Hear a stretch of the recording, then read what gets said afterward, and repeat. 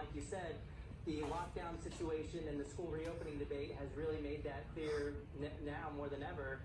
Because families are essentially powerless, and the way to fix that is to fund families directly, just like we do with a whole host of other taxpayer-funded initiatives, whether that comes to Pell Grants at the higher education level, GI Bill at the higher education level, pre-K programs, also that deals with education and food stamps. The money goes directly to families, and families can pick different providers of the service, and so we should do the exact same thing when it comes to K through 12 education, and if you like, we can even call it something like UBEI, Universal Basic Education Income. Have the funding go to the families, and we should fund students instead of school systems, just like we do with all these other programs.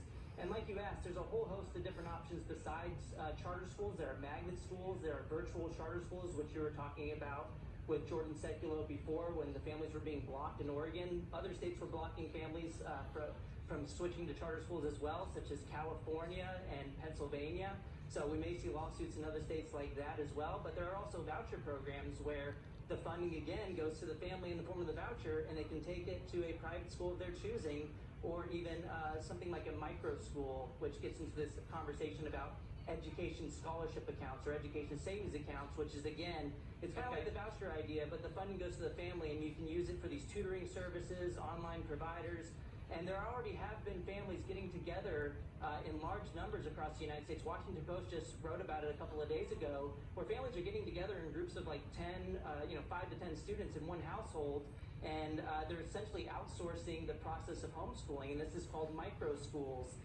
So I would recommend looking at micro schools or homeschool co-ops in your area to check this out. And just think about it for a second. We spend over $15,000 per child per year in the United States in public schools. Just imagine if that funding went to families directly, and you got 10 students together in a household. That's over $150,000 in total revenues coming in. Just imagine if only a third of that went to overhead costs. The teacher would still have around $100,000 left over.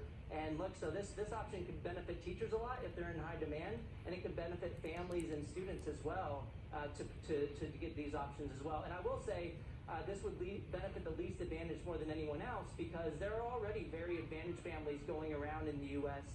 Forming these groups. It's the least advantaged families who are having trouble finding these options. And so again, we should fund these families directly and allow them to find these options so that everybody can have educational options, not just the most advantaged in society. Well, look at that. You're so good at this, Corey. I was literally